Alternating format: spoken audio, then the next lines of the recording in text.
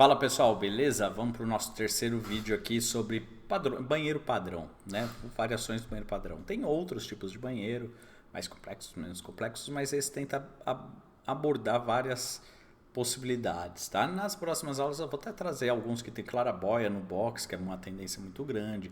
Esses banheiros de clarabóia no box, eles são problemáticos para você subir com a tubulação e esconder ela no entreforro sem passar em elementos estruturais. Mas nada impossível, é só pensar desde o início aí no projeto executivo, ok? Esse eu não vou detalhar, tá? Eu vou mostrar um projeto já pronto, que tem um case desse, inclusive com estrutura, assim, 3D, enfim. Bom, na primeira série aí desses vídeos de banheiro, nós vimos banheiro padrão com acionamento duplo comando. Depois nós viemos banheiro padrão com acionamento em monocomando, debaixo do chuveiro, como é sempre, né? Mas agora existe uma tendência muito segura, muito interessante, de se colocar os comandos invertidos, seja ele monocomando ou duplo comando. No caso aqui eu estou representando duplo comando, mas poderia ser monocomando também, não mudaria muita coisa não. Então você tem aqui vaso sanitário, lavatório, água quente e água fria, chuveiro, ralinho linear. Não comentei porque é na aula de esgoto, mas ralo linear sempre na beirada, por conta de paginação, né? Tem um cuidado mais específico. Deixa para a aula de esgoto, eu vou falar bastante. E o acionamento desse chuveiro está na parede oposta. Olha que interessante. Por que está na parede oposta, pessoal? Já aconteceu algumas vezes, inclusive comigo, de você abrir o chuveiro. Vocês vão ver na aula só de aquecedores que demora um tempo para a água quente chegar. Então você abre água quente, vamos supor que você chegou lá e só abriu água quente. A água que está na tubulação, se não tiver recirculação, que é um elemento mais de luxo, mais caro, envolve mais manutenção, mais consumo de energia, né? Mas é possível até de incluir a baixa eficiência do sistema também de aquecedor solar. Se for um sistema sem recirculação, a água que está parada na tubulação, ela vai esfriar. Então você tem que esperar a água que está no boiler chegar, a água que está na caixa quente, caixa de água quente, que é o boiler, chegar. Isso pode demorar alguns segundos, dependendo do seu barrilete e tamanho da casa, pode chegar até 1 minuto, 2 minutos de água sendo desperdiçada. Isso é muito interessante porque aquecimento solar em tese é sustentável, mas tem essa problemática, né, de desperdiçar água até que você regule a temperatura. E quer saber qual é outra problemática também de chuveiro de água quente? Chuveiro de água quente não, mas aquecedor solar. Um chuveiro elétrico, que só o Brasil para pensar em chuveiro elétrico, né?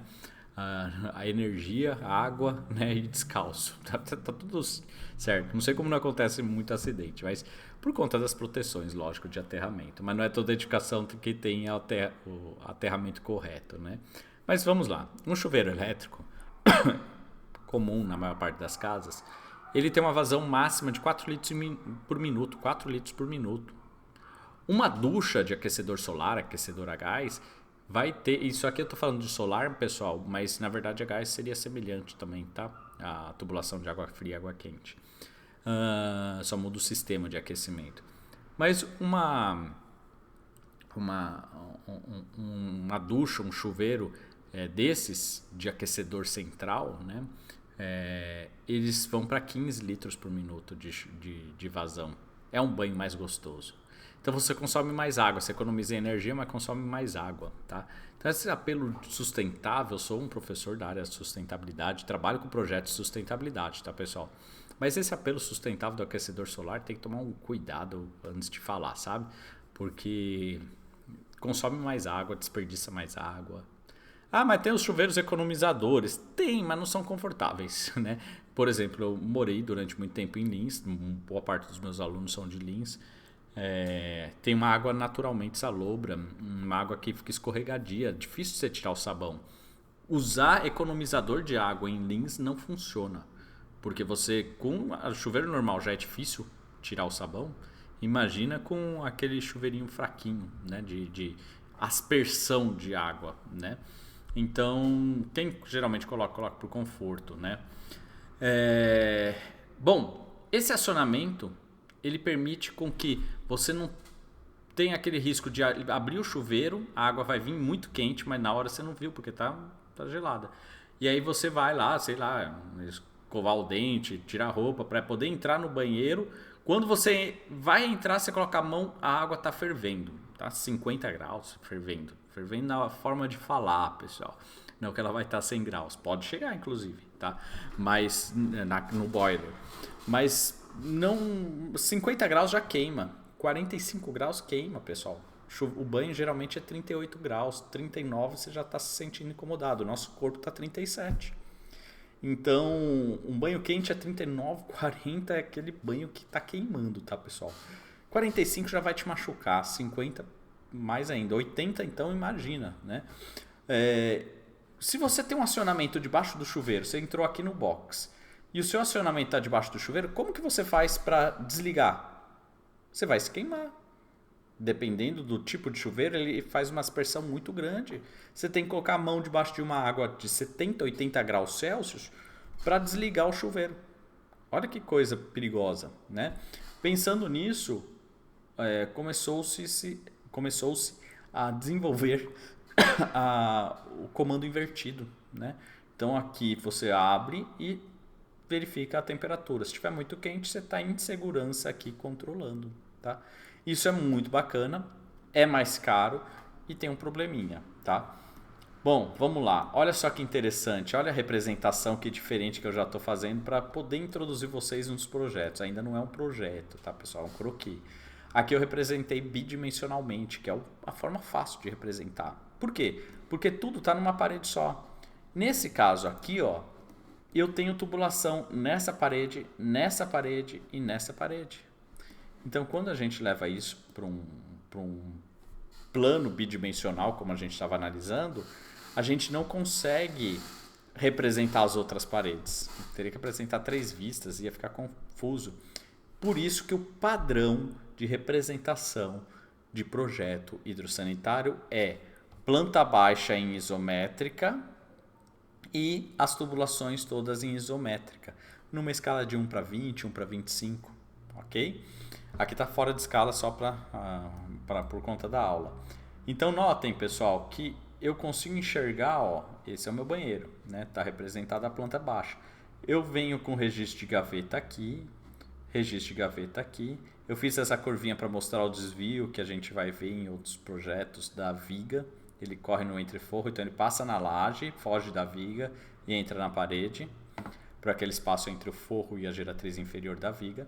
Desce, registro de gaveta, vem para o T misturador, porque é duplo comando.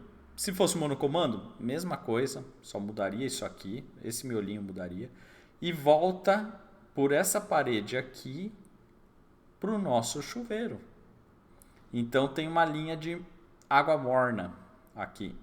Tem que tomar um cuidado nesse tipo de projeto, pessoal. Por quê? Porque geralmente nessa parede, olha só onde que eu estou trabalhando, ó, essa parede aqui. Essa parede, geralmente é a parede que quer ser feito nicho de shampoo, de aquele recuo na parede, né?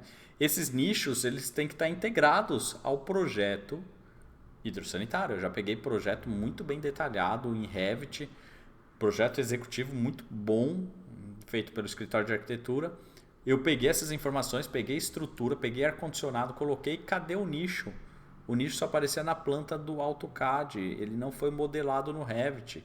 E aí ele não apareceu para mim, e eu não vi essa interferência. A hora que eu vi, essa minha tubulação estava passando no meio do nicho, no meio dos shampoos, né? Então a gente, lógico que isso não chegou na obra, né? Isso a gente ainda identificou, né, no momento de projeto, mas gerou retrabalho. E aí nós temos a linha de água quente correndo lá e a linha de água fria correndo lá. Professor, você falou para mim que água quente sempre do lado esquerdo, água fria sempre do lado direito por questões de segurança. Aqui está invertido. Pessoal, está invertido porque a gente está olhando por trás, né? Quem vai acionar não está atrás da parede, ele está aqui olhando para cá. Então, para quem está olhando de frente, isso aqui está do lado esquerdo e isso está do lado direito. Okay? Tem que tomar cuidado com isso na hora de projetar, que às vezes a cabeça faz confusão mesmo, tá? Na hora que vai ver as isométricas. Eu gosto muito de projetar no SketchUp, porque você vai girando, você vai desenhando em 3D, você vai girando. Vai ter algumas aulas. Tem alguns vídeos aí no meu canal de SketchUp, mas eu acho que está muito diretão. Eu vou fazer uns mais detalhados.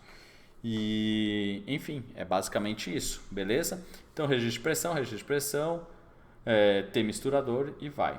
Ou monocomando e vai para lá.